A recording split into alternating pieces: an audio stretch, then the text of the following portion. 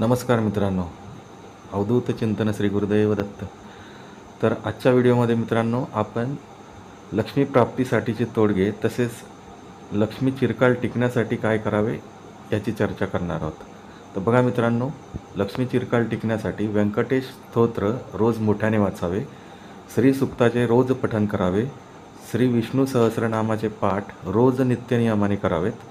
कपाट किंवा तिजोरीवर जाळे, कचरा किंवा भंगार माल ठेवू नये किंवा साठू देऊ नये. गहू दर शनिवारीच दळावे. शक्य झाल्यास त्यात अंदाजे 10वा भाग छोटे काळे चणे अवश्य मिसळावे. सकाळी दररोज नाश्त्याच्या अगोदर पूर्ण घर झाडून घ्यावे. संध्याकाळी घरात रोज एकतरी तेलाचा किंवा तुपाचा दिवा लावावा. पांढऱ्या रंगाच्या वस्तू दान कराव्या. सकाळी रोज उठल्याबरोबर मुंग्यांना साखर किंवा पीठ खाण्यासाठी ठेवावे. सूर्योदयाच्या वेळी पक्ष्यांना दाणे खायसाठी ठेवावे.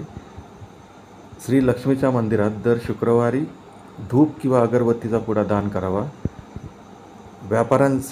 व्यापाऱ्यांनी वापरावयाच्या पैशांचा पाऊच किंवा पाकिट किंवा पिशवी शक्यतो हिरव्या रंगाची असावी. घरातील खांब अथवा बिमाखाली पैशाचे कपाट अथवा तिजोरी ठेवू नये. पैशासोबत कोर्ट कचेरीचे कागदपत्रही ठेवू नये. मित्रांनो, घरात स्वच्छता नेहमी ठेवली पाहिजे. वातावरण पवित्र तसेच निर्मळ असलं पाहिजे. तसेच फाटके व मळके कपडे घालून घरात वावरू नये. ठीक आहे मित्रांनो, तर आर्थिक परिस्थिती सुधारण्यासाठीचे उपाय आपण आता पुढे बघत आहोत.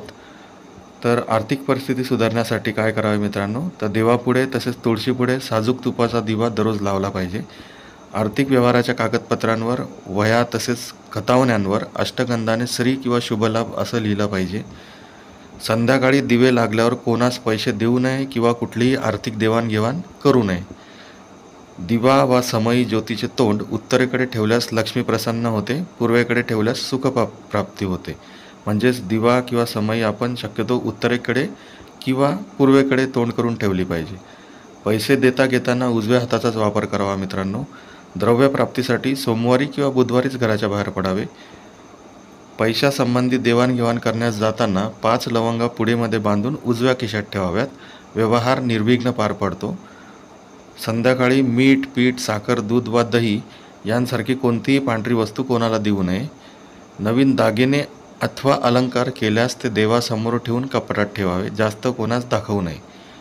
पगाराचे कमाईचे सर्व पैसे घरी आणून देवासमोर ठेवावे. मगच दुसऱ्या दिवशी खर्चासाठी सुरुवात करावी. अवधूत चिंतन श्री गुरुदेव दत्त. श्री स्वामी समर्थ. मित्रांनो, माहिती आवडली असल्यास लाईक व शेअर करा. तसेच चॅनलला सबस्क्राईब करायला विसरू नका. धन्यवाद.